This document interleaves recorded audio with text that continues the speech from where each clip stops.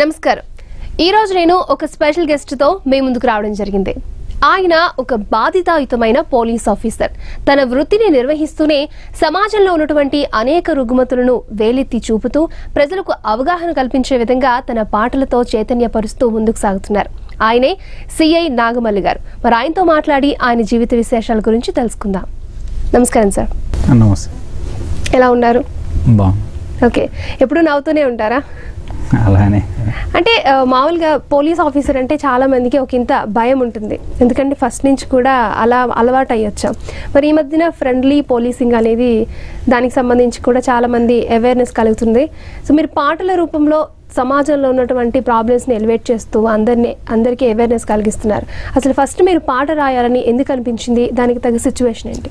పాట రాయాలనుకోవడానికి ముఖ్య కారణం ఏంటంటే, నేను 2005లో నల్గొండలో టీటీ చేశాను.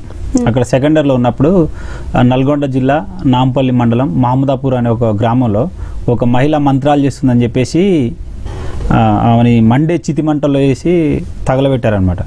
దానికి స్పందించి అక్కడ ఎస్పీగా ఉన్నటువంటి, ఇప్పుడు మా సిపి సార్గా ఉన్నటువంటి మహేష్ భాగవత్ సార్ ఒక చైతన్యం కలిగించడానికి ఒక ప్రోగ్రామ్ పెట్టారు. అయితే ఆ ప్రోగ్రామ్ చూడడానికి నేను వెళ్ళాను చర్లపల్లిలో. వెళ్ళినప్పుడు ఆ సార్ కొన్ని మ్యాజిక్స్ చేశారనమాట. ఇట్లా కొంచెం బల్బు నమలడం, ఎక్కడ గుచ్చుకోకుండా టెక్నిక్తో ఇవన్నీ చేయొచ్చు అని చెప్పారు. ఆ తర్వాత అక్కడ కొన్ని ప్రోగ్రామ్స్, తర్వాత దానికి సంబంధించిన నాటికలు అవన్నీ వేశారు. వేసినప్పుడు జనం చాలా అట్రాక్ట్ అయ్యారు. నేను కూడా అట్రాక్ట్ అయ్యి తెల్లవారే అక్కడ నల్గొండలో నా శరీరానికి ఒక ఇనుప కుక్కాలు గుచ్చుకొని టాటా సుమో గట్టి ఒక 10 మందిని కూర్చోబెట్టుకొని 3 కిలోమీటర్లు ఆగిన. అంటే ఎవరైనా మనం చేయొచ్చు, దీంట్లో మంత్రాలు ఇలాంటివి ఏముండవు అని.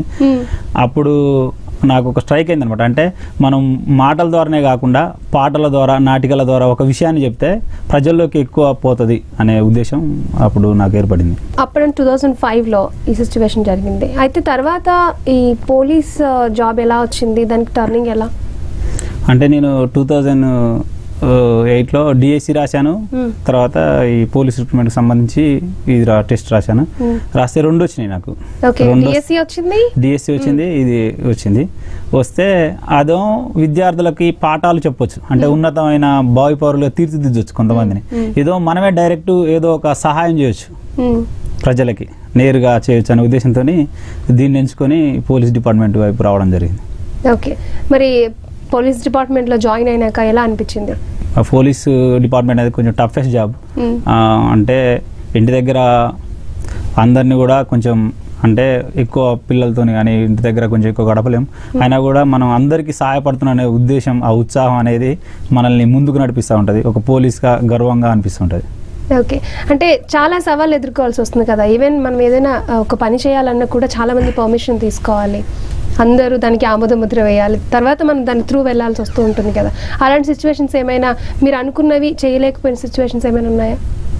అట్లానే లేదంటే నేను పోలీస్ డిపార్ట్మెంట్కి వచ్చిన తర్వాత మిగతా వాళ్ళందరి కూడా త్యాగం ఉంటుంది. ప్రజల కోసం పాటుపడిన వాళ్ళు చాలామంది ఉంటారు. అదేవిధంగా పోలీస్ వాళ్ళు కూడా ప్రజల కోసం పనిచేస్తున్నారు, ప్రజల యొక్క శాంతి భద్రతల కోసం పనిచేస్తున్నారు. ఆ క్రమంలోనే కొంతమంది ఉగ్రవాదుల చేతిలో కానీ, తీవ్రవాదుల చేతిలో కానీ ప్రాణాలు కోల్పోయిన వాళ్ళు చాలా కుటుంబాలు ఉన్నాయి.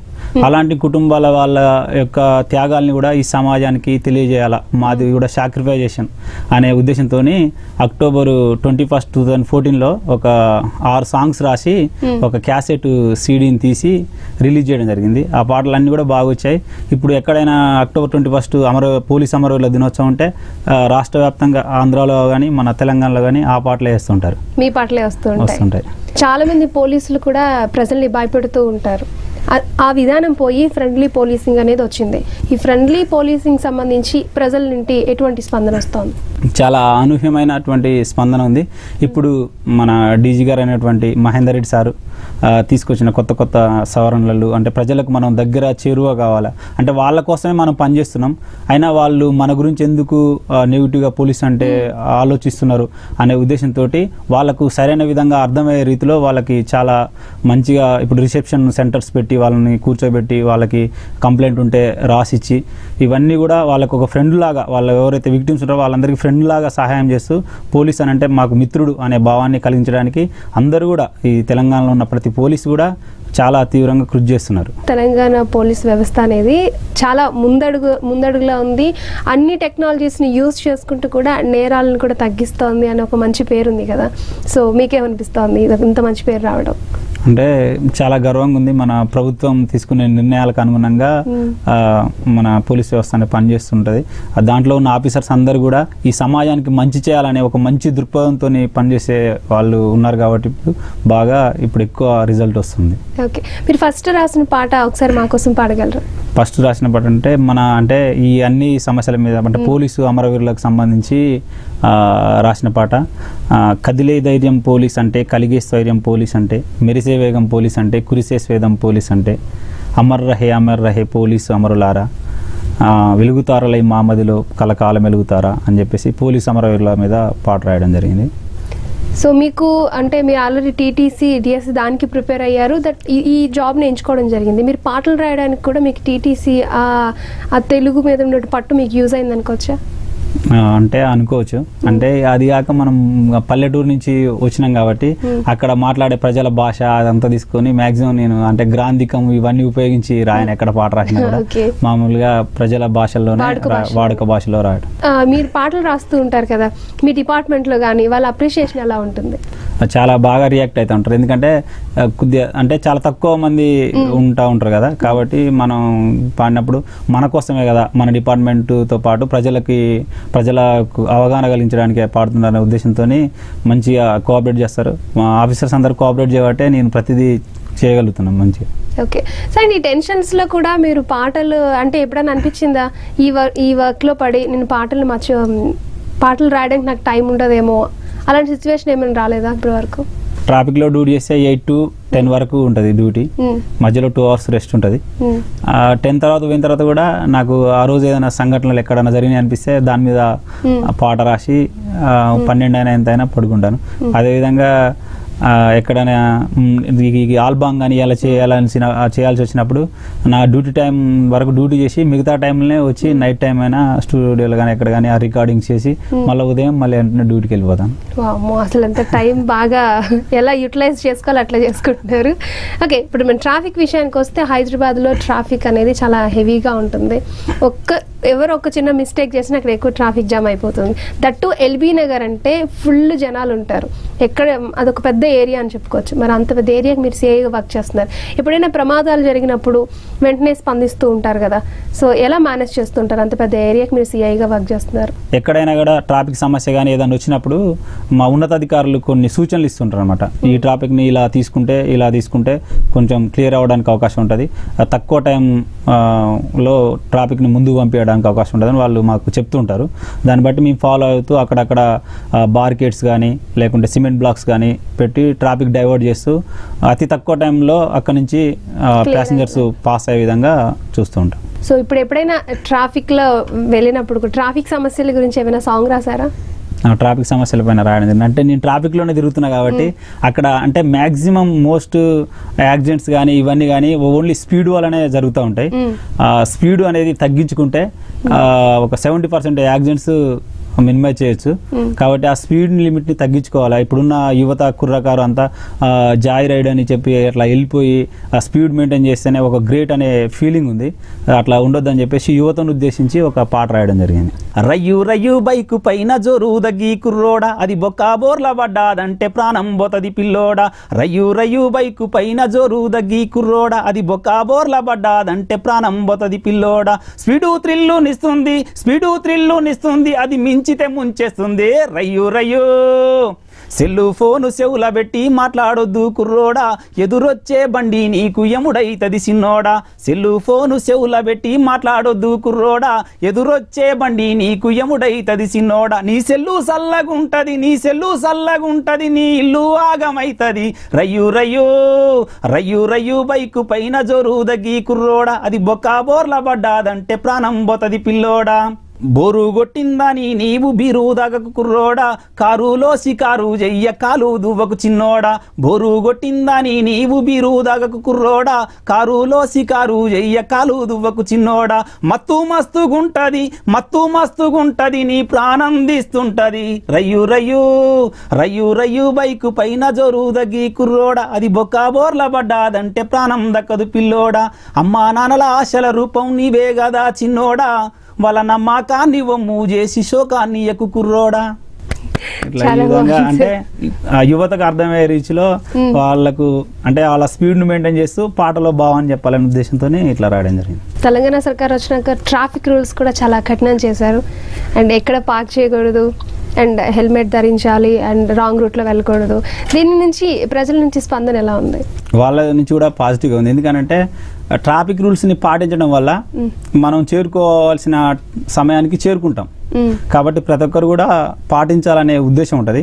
ఎవరైతే వయోలేషన్ చేస్తారో వాళ్ళకి చలన్ల రూపంలో అట్లా ఫైన్ వెళ్ళిపోతూ ఉంటుంది. కాబట్టి వాళ్ళు కూడా అనవసరంగా మనం ఎందుకు వేరే వాళ్ళను రిస్క్ పెట్టాలనే ఉద్దేశంతో వాళ్ళు కూడా ఎడ్యుకేట్ అవుతున్నారు. కాబట్టి ట్రాఫిక్ ప్రాబ్లం ఉండదు. ఓకే, డ్రంక్ అండ్ డ్రైవ్లు కూడా నిర్వహిస్తుంటున్నారు కదా చాలా మంది. అంటే తాగి వాహనం నడపడం వల్ల మస్తిష్కంలో కొంచెం అతనికి మైండ్ పనిచేయక ఏదైనా యాక్సిడెంట్స్ అయ్యే అవకాశం ఉంటాయి. కాబట్టి తాగి వాహనం నడపడం అనేది తప్పు. కాబట్టి మ్యాక్సిమం మేము అంటే ర్యాండమ్గా ఏ టైంకు చేస్తాము ఎక్కడ చేస్తాము అనేది తెలియకుండా చెక్ చేసి వాళ్ళని డ్రంక్ అండ్ డ్రైవ్లో ఎవరైనా దొరికితే వాళ్ళ వెహికల్స్ డిటైన్ చేయడము, తర్వాత వాళ్ళని కోర్టు ప్రొడ్యూస్ చేయడం, వాళ్ళకి ఫైన్ వేయించడము, ఏమైనా ట్రాఫిక్ సర్వీస్ చేయించడం, ఇలాంటివి కొన్ని చేయడం జరుగుతుంది అన్నమాట. దానివల్ల ఈ డ్రంక్ అండ్ డ్రైవ్ అనేది తగ్గించి ఎక్కడ ప్రమాదాలు జరగకుండా చూడడానికి అవకాశం ఉంటుంది. ఓకే, మరి మీ ఫ్యామిలీ సపోర్ట్ ఎలా ఉంటుంది? ఈవెన్ మీరు జాబ్ చేస్తారు, అలాగే మిగిలిన టైంలో మీ సాంగ్స్ కోసం టైం స్పెండ్ చేస్తారు. ఫ్యామిలీ సపోర్ట్ ఎలా ఉంది? వాళ్ళతో అసలు టైం స్పెండ్ అంటే వాళ్ళు కూడా మంచిగా కోఆపరేట్ చేస్తారు. అంటే ఇప్పుడు మన గురించి వచ్చినప్పుడు కానీ, లేకపోతే నేను పాటలు రాసినప్పుడు కానీ, మా పిల్లలు కూడా ఇంటి దగ్గర పాడుకొని అట్లా కొంచెం ఎంజాయ్ చేస్తూ ఉంటారు. కాబట్టి ఇక అంటే మనం ఒకటి చేయాలనుకున్నప్పుడు కొంచెం ఇబ్బందులు అయితే అయినా కూడా మనం ఓర్చుకొని చేసుకోవాలంట. ఓకే, మీ డిపార్ట్మెంట్లో ఎవరైనా అంటూ ఉంటారా, నేను కూడా ఇలా అవ్వాల్సిన దాన్ని ఇలా అయిపోయాను, పోలీసులో మీరు రెండు బాగా మెయింటైన్ చేస్తున్నారు అని ఏమైనా కాంప్లిమెంట్స్ వచ్చినాయా ఇప్పటి వరకు? ఇట్లా చేయడం అనేది ఒక మంచి ఇది అందరికీ రాదు. నీకు వచ్చింది మంచిగా కీప్ ఇట్ అప్, కొంచెం మంచిగా జాగ్రత్తగా చేసుకో అని చెప్తూ ఉంటారు ఉన్నతాధికారులు వాళ్ళంతా. మహిళలపై జరిగే అన్యాయాల గురించి, దాడుల గురించి కూడా మీరు పాటలు రాశారంట కదా, సో దానికి కారణం? ఓకే, దానికి సంబంధించి అంటే మహిళ అనేటి వాళ్ళ అమ్మ నుంచి అంతరిక్షం వరకు ఈ సమాజంలో ఏదైనా సాధించవచ్చు అనే ఉద్దేశంతో ఒక థీమ్ సాంగ్ లాగా రాశాను అనమాట. భూగోళాన్నే చుట్టేస్తాం, మెరుపును సైతం పట్టేస్తాం, నింగితో నేలకు నిచ్చెన వేసి ఆకాశంలో విహరిస్తాం. We can achieve everything, we can do everything, we can achieve everything, we can do everything. ధైర్యంగా ఇమ శిఖరాన్నెక్కెను పేద బిడ్డ మన పూర్ణమ్మ, అంగవైకల్యం అధిగమించి ఐఏఎస్ ఐఎన్ వీరా సింగాల్, మేడాం క్యూరీ మేధస్సునకి నోబెల్ బహుమతి ఎదురొచ్చే మేరీ కోమ్, మల్లీశ్వరి, ఉషా, మైథిలి, హంపి, సైనా నెహ్వాల్, అడుగన్నది వెనకకు పోలే Savitribai Phule. We can achieve everything, we can do everything, we can achieve everything, we can do everything. ఆత్మహత్య ఒక పిరికితనం, భ్రూణ హత్య కర్కశపు గుణం, ఆత్మహత్య ఒక పిరికితనం, భ్రూణ హత్య కర్కశపు గుణం, ర్యాగింగ్ ఒక పైశాచికం, ర్యాగింగ్ ఒక పైశాచికం, మానవత్వమే మనిషితనం, మానం ప్రాణం తీసే కసాయి మూకలనే తరిమేయగా, సమస్యలకు ఎదురొద్ది పోరాడి సాధించాలి విజయం మనం, జ్ఞానజ్యోతులై వికసించి మానవత్వమును పంచేద్దాం. We can achieve everything, we can do everything. Social మీడియాలో లేని ఫేక్ న్యూస్లు ట్రోల్ చేస్తున్నారు, ఇది జరిగింది అది జరగలేదని. ఇది ఎక్కువైపోతుంది. అది అసలు ఎవరు పోస్ట్ చేస్తున్నారో తెలియదు, దాన్ని ఎవరు షేర్ చేస్తున్నారో తెలియదు. దీన్ని అరికట్టడానికి ఎటువంటి చర్యలు తీసుకోబోతున్నారు? అండ్ మీ సాంగ్ రూపంలో ఏమైనా తెలియజేయాలనుకుంటున్నారా? అంటే డిపార్ట్మెంటల్గా ఈ ఫేక్ న్యూస్ పెట్టేటోళ్ళ మీద అందరి మీద కూడా యాక్షన్ తీసుకుంటారు. నా తరపున నేను అంటే వాళ్ళు సోషల్ మీడియాలో పెట్టి ప్రచారం చేశారు కాబట్టి అది ప్రతి ఊరికి వెళ్ళిపోయింది. కాబట్టి మేము కూడా సోషల్ మీడియాలో పెట్టి ప్రతి ఊరికి అవేర్నెస్ తీసుకెళ్లాలనే ఉద్దేశంతో మా సార్ వాళ్ళు అందరూ బాగా చేశారు.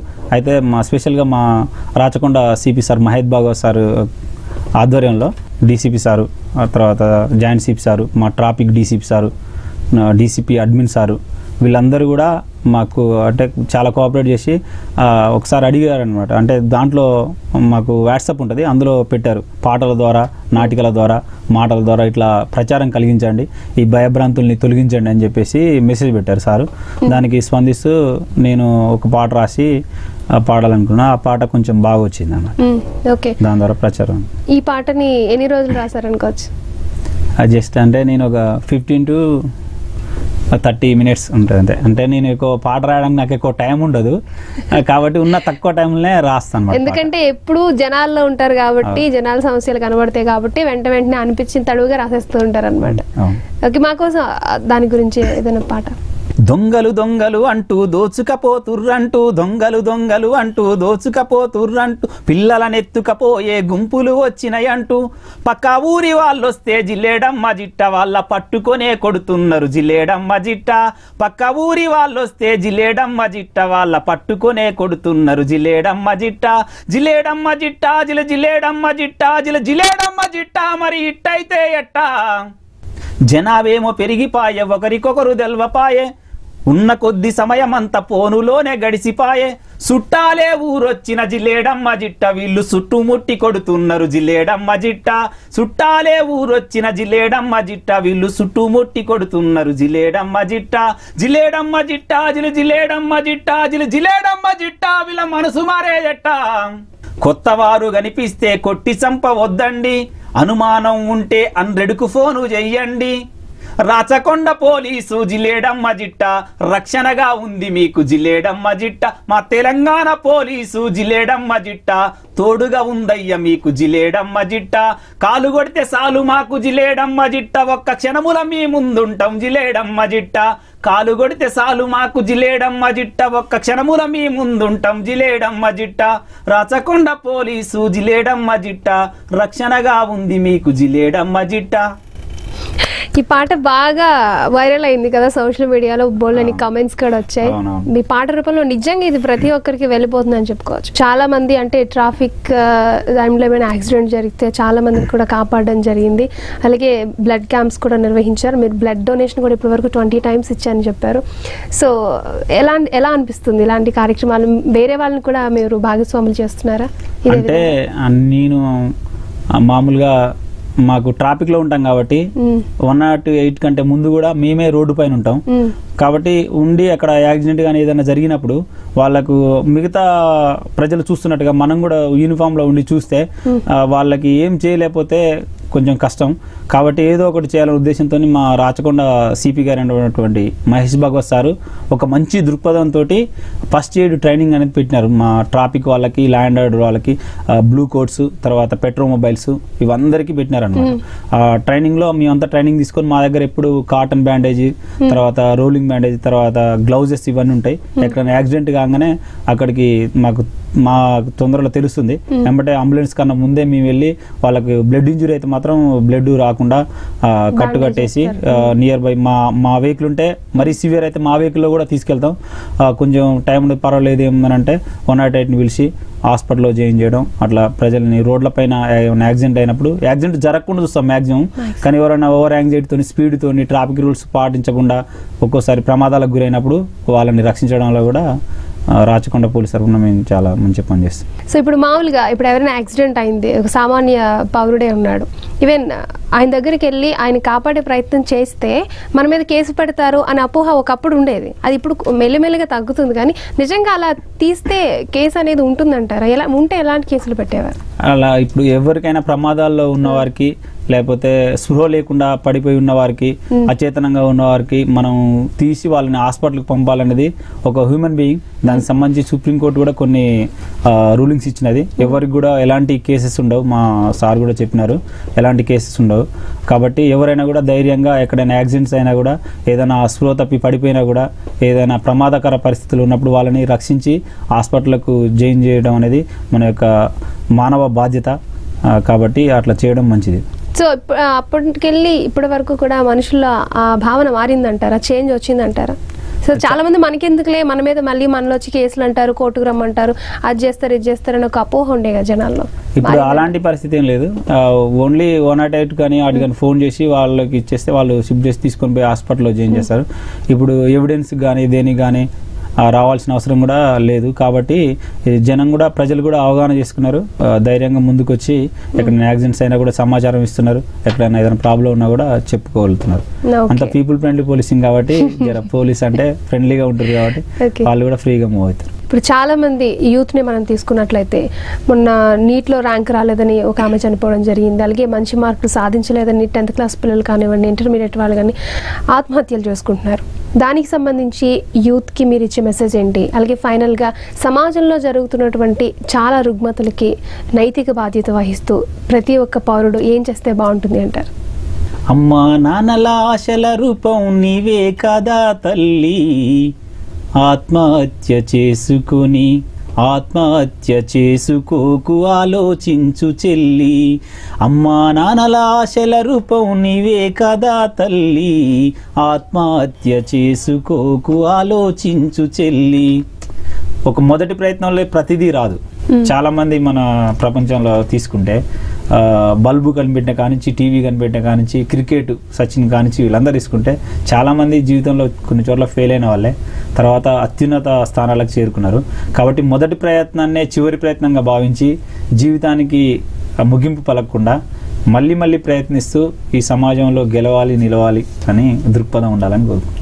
ఓకే, యూత్కి ఇచ్చే అంటే ర్యాష్ డ్రైవింగ్ సంబంధించి కానీ, డ్రంక్ అండ్ డ్రైవింగ్ సంబంధించి కానీ మీరేం చెప్తారు యూత్కి? ఇప్పుడు ఎక్కువ యాక్సిడెంట్లో చనిపోయే వాళ్ళంతా 20 to 30 years, 15 to 30 years ఈ మధ్యలోనే ఉంటున్నారు.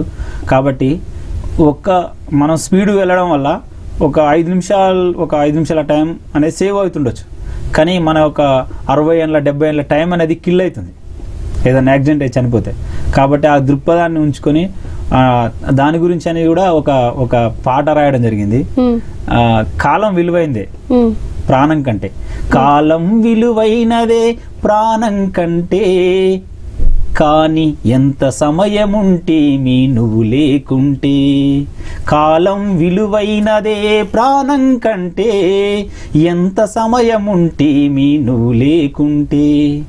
వేగమంటే ప్రమాదం, వేగమంటే ప్రమాదం, నీ బతుకే విషాదం, వినోదమే చోటికి అది విషాదమై కాటికి. మూఢనమ్మకాలకు సంబంధించి వాటిని పోగొట్టాలంటే మనం మాటల్లో చెప్పడమే కాదు, పాట ద్వారా చెప్తే వాళ్ళకి అర్థమవుతుందని గ్రహించి మీరు ఒక పాట కూడా రాయడం కదా. అలాంటి సిచ్యువేషన్స్ మళ్ళీ మీకు ఎక్కడైనా ఎదురయ్యాయా?